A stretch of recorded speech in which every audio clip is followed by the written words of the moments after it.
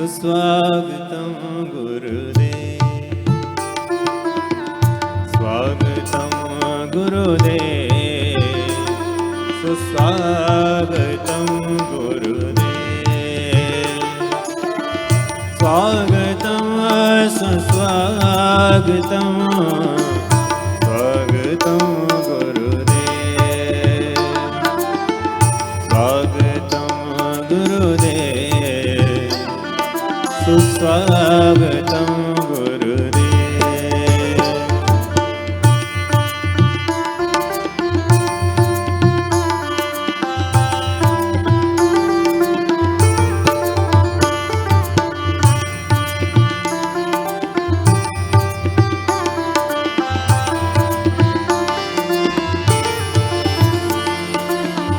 ॐ मङ्गलम् ओंकार मङ्गलम्, गुरुमङ्गलं गुरुदेव मङ्गलम्।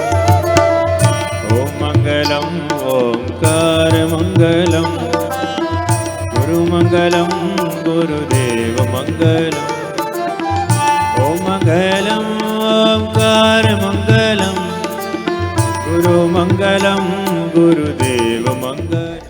मनोजवं मारुततुल्यवेगं जितेन्द्रियं बुद्धिमतां वरिष्ठं वातात्मजं वानरयूथमुख्यं श्रीरामदूतं शरणं प्रपद्ये।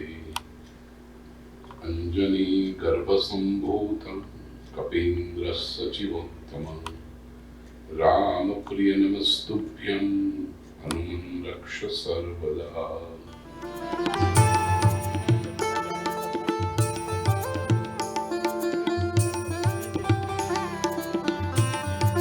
विश्वानि देव सवितर्दुरितानि परासुव, यद्भद्रं तन्न आसुव। आत्मीय स्वजनों, हैरिसबर्ग में भगवत गीता ज्ञान यज्ञ की प्रवृत्ति पिछले 14 वर्षों से चल रही है। इस बार हम 14वें अध्याय पर चिंतन कर रहे हैं और आज 17 जून 2023 शनिवार का दिन है। आज प्रवचन प्रातःकाल में था। सायंकाल में सत्संग एवं प्रसाद के लिए इतने वर्षों से ये पूरी प्रवृत्ति और अन्य भी जो ज्ञान यज्ञ हुए, चाहे वो ईशावास्य उपनिषद हो, चाहे वो हनुमान कथा हो, ये सारी ज्ञान प्रवृत्ति में बड़ी श्रद्धा से आधार रूप बने, सपोर्टर बने, स्पॉन्सर बने। बड़ा भावुक परिवार, ईश्वर की बड़ी कृपा जिनको प्राप्त है और भी होती रहे, ऐसे हमारे प्रिय अशोक जी, आशा जी अग्रवाल और उनका होनहार सुपुत्र डॉक्टर अंकुश यहाँ पर हम साथ में हैं, और भी बहुत सारे स्वजन इकट्ठे हुए हैं। प्रिय स्वजनों, आज का ये छोटा सा सत्संग आरंभ करें उससे पहले कल ही मेरा परिचय हमारे आदरणीय डॉक्टर देवेंद्र भाई और शोभना बहन परीख के वहाँ हुआ।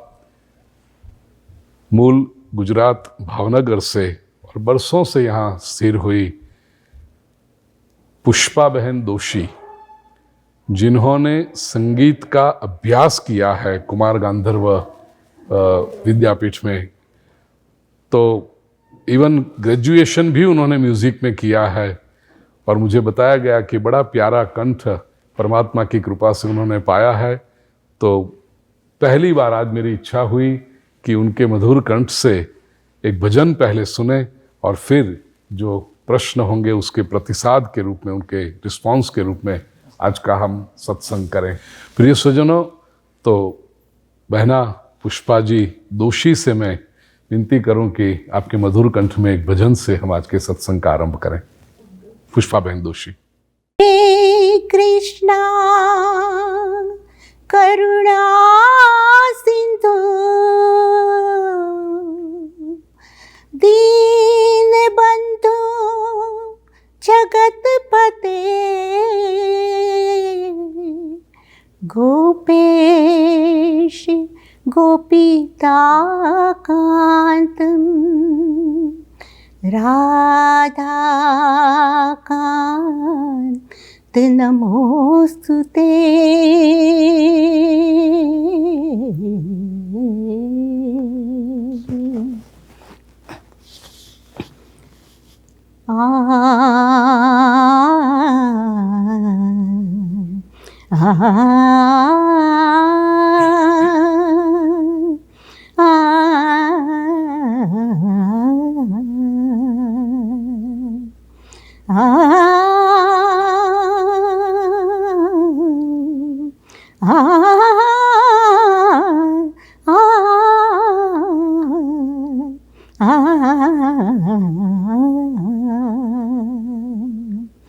कान्हा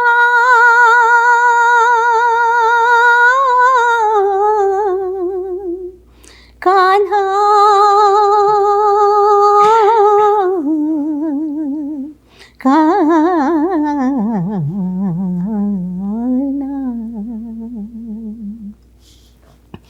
हो कान्हा मुझको भी रंग ले अपने रंग में।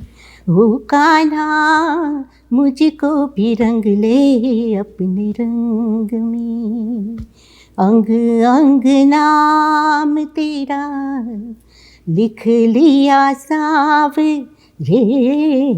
अंग अंग नाम तेरा लिख लिया सावरे। तेरे ही आराधना से नैन भये बावरे।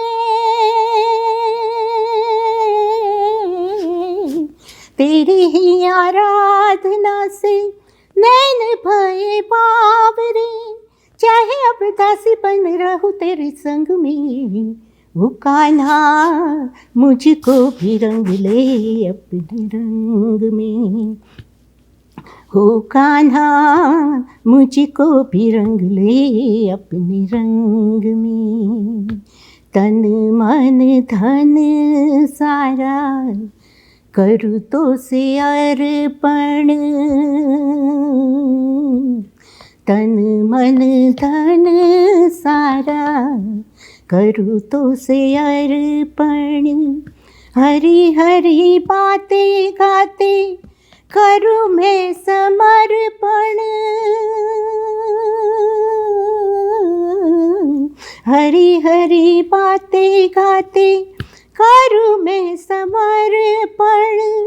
छवि तो निहार लूँ आरती उतार लूँ।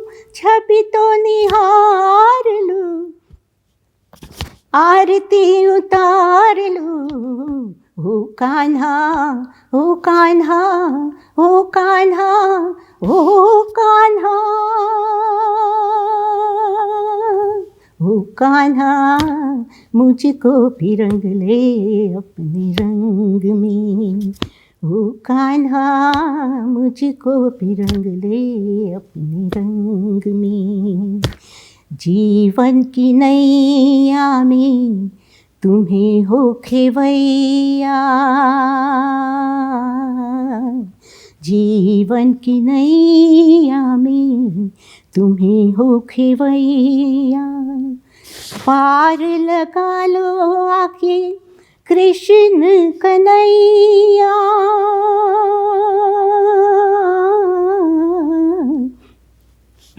पार लगा लो आके कृष्ण कन्हैया। तुझको ही पुकारा है तेरा ही सहारा है। तुझको ही पुकारा है तेरा ही सहारा है। ओ कान्हा ओ कान्हा ओ कान्हा ओ कान्हा। ओ कान्हा मुझको भी रंग ले अपने रंग में। ओ कान्हा मुझको भी रंग ले अपने रंग में।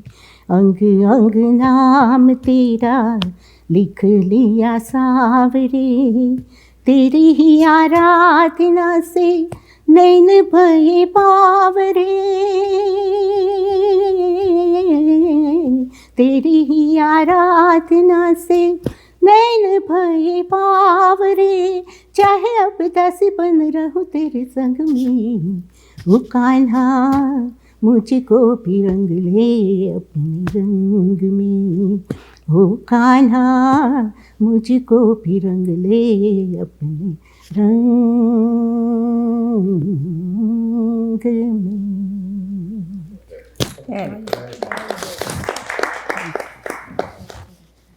आत्मीय स्वजनों, बड़ा प्यारा, बड़ा मधुर ये भजन पुष्पा बहन दोषी के कंठ से सुनने के बाद आइए शाम के प्रसाद के पूर्व भजन का आरंभ करें, सत्संग का आरंभ करें। और जैसा हमारा क्रम है, निरंतर प्रवचन सुनते हैं भगवत गीता पर, वर्ष भर अपना अपना स्वाध्याय भी करते रहते हैं, अध्ययन भी करते रहते हैं, तो स्वाभाविक है कोई न कोई प्रश्न अध्यात्म पथ के होते ही होंगे। हमारी बहना डॉक्टर प्रभा जिंदल बाल्टीमोर से आती हैं और बड़े अच्छे प्रश्न पूछती हैं, मेरा काम बहुत सरल कर देती हैं। तो पहला प्रश्न बहना प्रभा जी आप ही पूछिए। मैं कह रही थी कि जब सुख होता है तो कुछ ऐसा है ऑटोमेटिकली ह्यूमन नेचर की ईगो आ जाती है, आपने प्रवचन में भी कहा था, तो उससे कैसे बचा जाए? ठीक, very apt question for the modern times कि जब भी सुख आता है तो उसके साथ ईगो आता है। इस ईगो से कैसे बचा जाए? स्वाभाविक है, हम सुख को तो नकार नहीं सकते। ईगो को निकालने के लिए हम ये तो नहीं कहेंगे कि जिसके कारण ये ईगो आया है वो सुख ही ना आए। सुख तो हमें चाहिए, तो सुख बना रहे, लेकिन ईगो से बचा जाए वो कैसे हो? बहना प्रभा, 2-3 बातें इसमें हमें ध्यान रखनी होगी। पहली बात कि सुख का स्रोत हम किसको मानते हैं? What is the source of happiness? दूसरा, ये सुख लेने वाला कौन है? ईगो का प्रश्न वहां जुड़ता है। वेदांत कहता है कि सुख और कुछ नहीं, इंद्रिय और विषय के संयोग से उत्पन्न हुआ अनुकूल अनुभव है। I will make it simple for Ankush. Happiness is a favourable feeling achieved by a favourable connection between the sense organ and an object. A beautiful flower object है और आंख sense organ है, तो the color that you like, maybe pink, red, वैसे colour का flower आपकी आंखों के सामने आए तो ये अनुकूल हुआ, favourable connection between the sense organ and the object, तो आपको सुख मिलता है। Oh what a beautiful rose, what a beautiful lotus.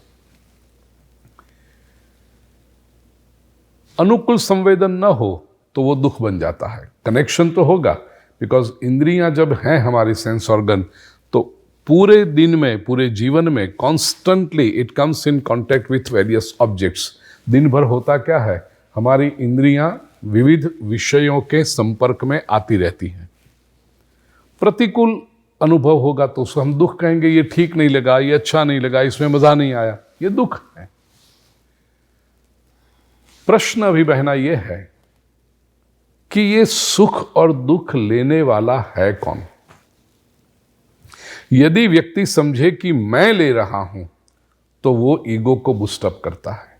सुख का अनुभव मैं कर रहा हूं या तो सुख का सर्जक मैं हूं, I am the creator of happiness. Ego के ये 2 नींव बनती है, फाउंडेशन बनते हैं। I have created happiness. तब जरा अपने आप से पूछिए कि हैप्पीनेस जो सेंस ऑर्गन और ऑब्जेक्ट के कॉन्टेक्ट से हुई, ये दोनों में से एक को भी आपने बनाया? नहीं बनाया। न सेंस ऑर्गन आपने बनाया, न ऑब्जेक्ट को आपने बनाया। तो आप सुख के सर्जक नहीं हैं, आप सुख के भोक्ता हैं। You are experiencing happiness. You are not the creator of happiness. और दूसरी बात, अगेन ह्यूमन नेचर, कि जिससे सुख मिला, जहां से सुख मिला, उसको हम परमानेंट बनाना चाहते हैं कि मिलता ही रहे, बार बार मिलता रहे, जब मैं चाहूं तब मिलता रहे। और वहां पर हमारी फेलियर यदि हमें पता चले कि नहीं मिलता, हर एक सुख के पीछे एक एक्सपायरी डेट लगी हुई है, प्रत्येक सुख की मर्यादा है। आम का रस आप भोजन में लोगे, पीने बैठोगे, तो पहला चम्मच जब मुख में रखते हो तो कितना आनंद आ जाता है, अमृत के समान लगता है, वाह what a tasty mango juice. लेकिन पहली चम्मच में जो रस है, जो आनंद है, वो दूसरी चम्मच में नहीं है, तीसरी चम्मच में उससे और कम हुआ। एक कटोरी आपने रस पिया, दूसरी कटोरी में थोड़ा कम लगेगा, तीसरी कटोरी ले लोगे आप, लेकिन उसमें पहली चम्मच वाला मजा नहीं है, और चौथी कटोरी आपको आग्रह कर करके कि नहीं लेना पड़ेगा, इंडिया से मैंगो आई है, लेना पड़ेगा, वो भी ले लिया। पांचवी कटोरी यदि कोई देने आए तो आप खड़े हो जाओगे कि अभी नहीं। क्यों? पहली चम्मच में जो सुख मिला था वो पांचवी कटोरी में कहाँ गया? That means every happiness has an expiry date, वो हमारे बस में नहीं है। ये जब पता चले मैं सुख का क्रिएटर भी नहीं हूं, मैं सुख को संभालने वाला भी नहीं हूं, तो फिर सुख कहां से आता है? संजोग हैं जो सुख निर्माण करते हैं। अब भक्ति मार्ग में आप रहो तो उसको आप भगवान की कृपा भी समझ सकते हो कि प्रभु की कृपा है।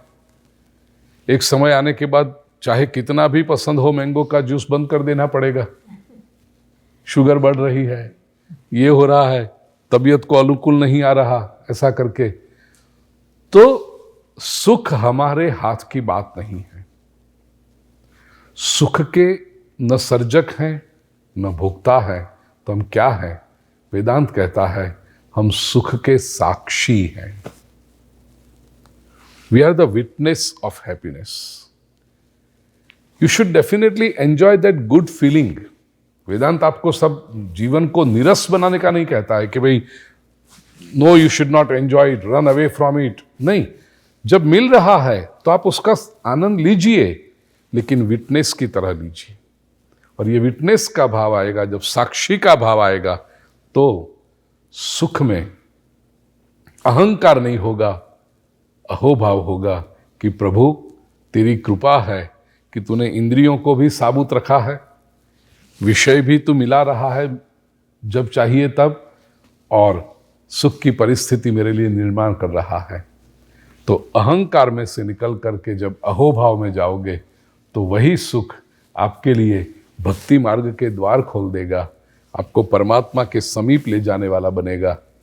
अहंकार वाला सुख हमें परमात्मा से दूर करता है, क्योंकि व्यक्ति सोचता है मैं निर्माण करता हूँ, मैं जब चाहूँ तब कर सकता हूँ, मेरी इच्छा से होता है।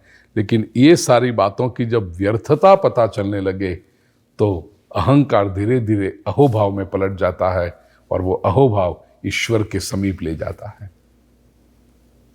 ठीक? दूसरा प्रश्न इससे मिलता जुलता ही है, जुड़ा हुआ। हमारे अशोक जी पूछना चाहते हैं। जी अशोक। कैसे बढ़े? हाँ जी, बोलिए प्रश्न आपका। भक्ति, ईश्वर के चरणों में भक्ति कैसे बढ़े दिनों दिन?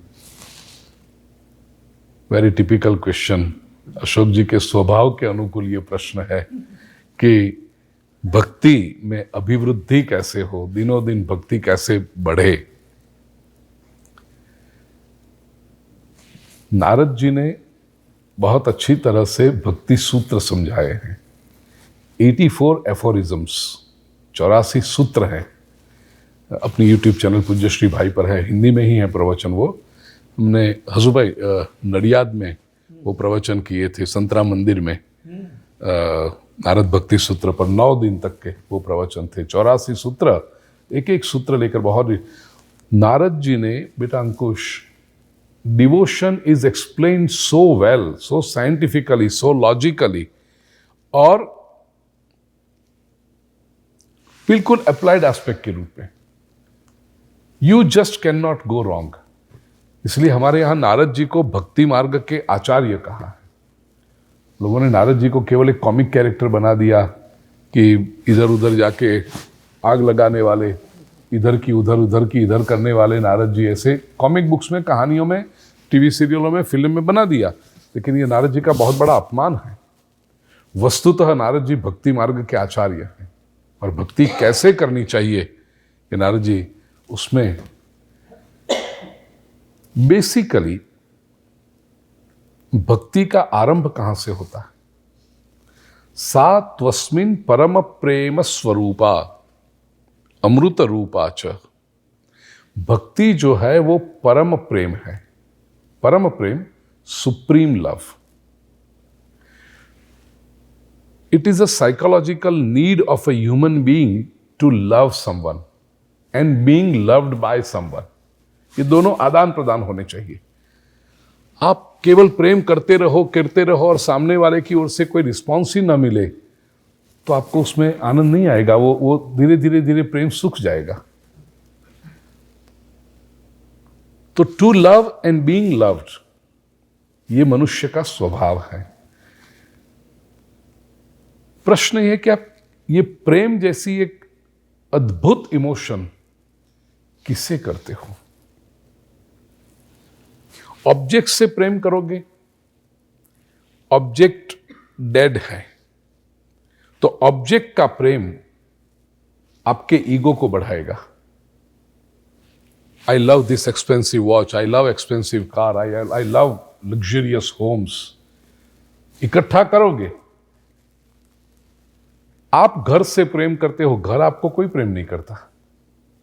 यंग जनरेशन में गाड़ियों का शौक होता है। Oh I love this car. You love the car, does car love you? 2 साल के बाद अब ये वो कार आप बेचोगे तो चाबी दे दोगे। कार बेचने के बाद आप याद करते हो I had such a wonderful car, I had.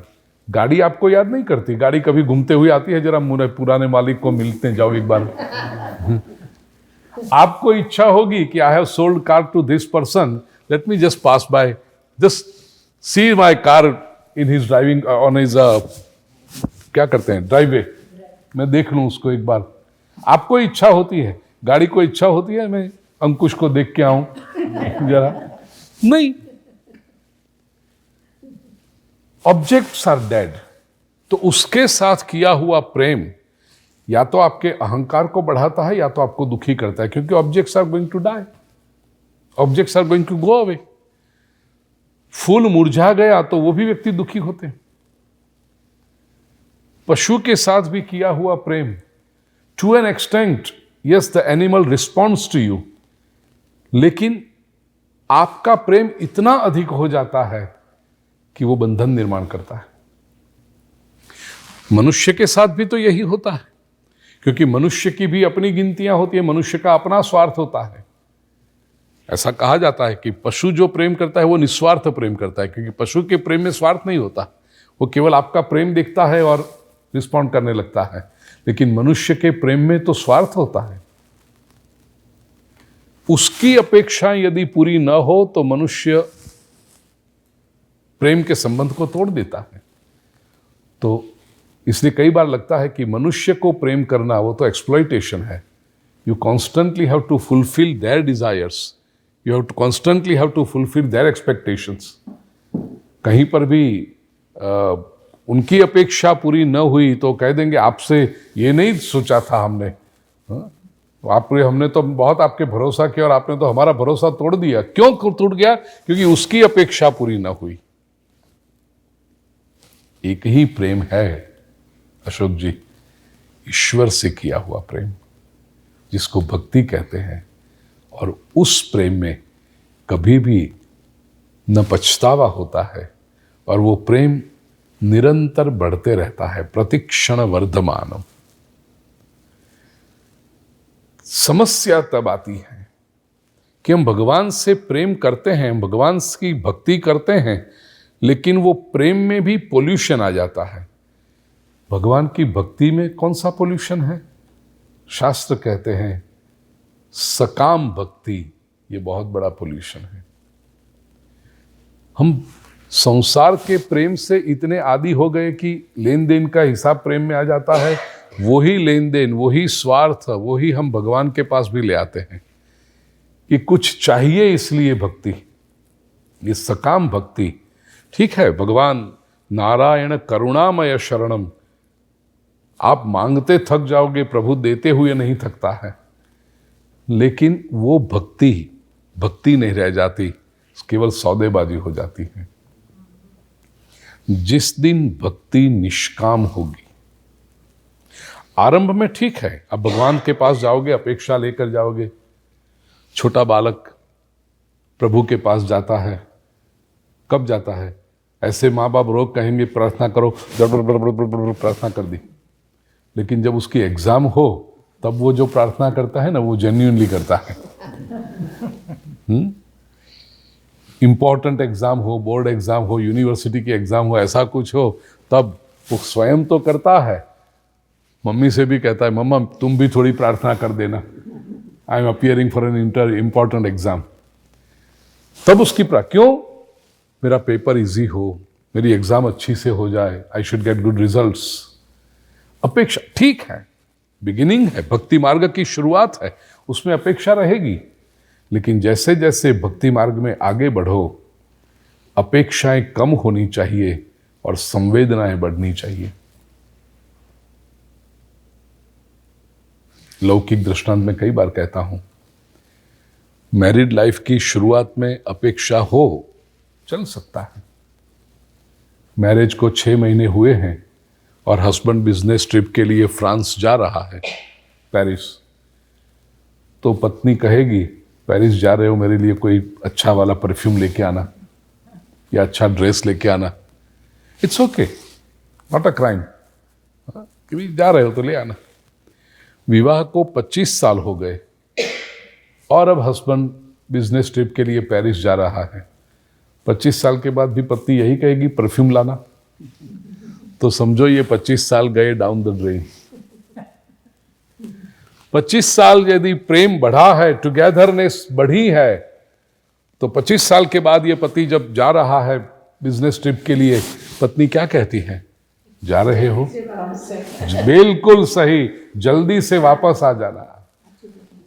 ध्यान रखना अपना, समय समय पर अपनी मेडिसिन लेते रहना, रोज फोन करना, और आप जब जा रहे हो तो यहां मुझे क्या करना है वो बताते जाओ। What am I supposed to do? मुझे क्या।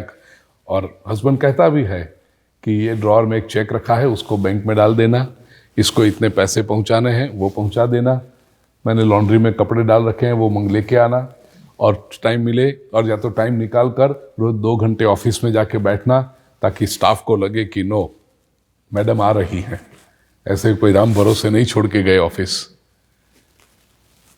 पति की अनुपस्थिति में पत्नी ये सारे काम बिल्कुल ठीक से कर। पति घर पे होता ना तो शायद कहती कि चेक तुम जाने दाओ बैंक में, मैं नहीं जाती हूँ। लेकिन पति जब दूर गया है तो ध्यान रख के उन्होंने कहा है मुझे I have to deposit the cheque in the bank, मुझे ये करना है। ये क्या बता रहा है? पति शायद पूछे भी कि ले आऊं परफ्यूम, नहीं बहुत हो गए, अभी क्या करना है मुझे परफ्यूम को, ले आऊं कोई नया ड्रेस, नहीं अब आप जल्दी आ जाओ बस। अब जब कहे तो भी कहते हैं कि नहीं चाहिए। ये क्या बता रहा है? ये 25 years ऑफ टुगेदरनेस बता रहा है, ये रिलेशनशिप जो मैच्योर हुई ये बता रहा है। ठीक इसी तरह भक्ति मार्ग के आरंभ में अपेक्षाएं होगी तो कोई बुरी बात नहीं है, लेकिन जैसे जैसे भक्ति बढ़ती जाए, और ये दूसरी तरह से कहूं तो जितनी अपेक्षाएं कम होगी उतनी भक्ति बढ़ेगी। पत्नी हर बार लिस्ट थमा के पति को भेजे ना तो पति सोचता है 2 घंटे लेट जाऊं, 2 दिन बाद में जाऊं तो चलेगा, क्या है ये लिस्ट पूरा लेके जाऊंगी, खुश हो जाएगी वो। लेकिन कोई लिस्ट ही न दिया हो और केवल यही कहा हो कि मुझे तो आपकी आवश्यकता है, तो पति वहाँ के 2 काम अधूरे छोड़ करके नेक्स्ट ट्रिप में करेंगे, लेकिन she is remembering me, let me go back to her, ये दौड़ता है वापस। तो हम जितनी अपेक्षाएं कम करेंगे अशोक जी, उतनी प्रभु की कृपा बरसेगी हमारी भक्ति। और याद रहे, भक्ति पूरा अनुग्रह का मार्ग है। हम यदि कहें कि मैं भक्ति कर रहा हूं इससे प्रभु प्रसन्न होते हैं, नहीं, भक्ति मार्ग में तो साधक कहता है प्रभु की कृपा है इसलिए भक्ति हो रही है, प्रभु तू मुझे बुला रहा है इसलिए तेरे पास मैं बैठ रहा हूँ, तू मुझे समय देता है इसलिए तेरे पास आ रहा हूँ। तो क्षण प्रतिक्षण ईश्वर की कृपा का अनुभव होगा और जो भक्ति बढ़ेगी और उसका जो आनंद आएगा वो अवर्णनीय है। हो सके उतनी कामनाएं कम करते जाएं, भक्ति अपने आप बढ़ेगी। ऐसी सुंदर भक्ति आप सभी के जीवन में निरंतर बढ़ती रहे, भगवान की कृपा बरसती रहे, यही सद्भावना के साथ सर्वेत्र सुखिनः सन्तु सर्वे सन्तु निरामयाः सर्वे भद्राणि पश्यन्तु मा कश्चित् दुःखमाग् भवेत्।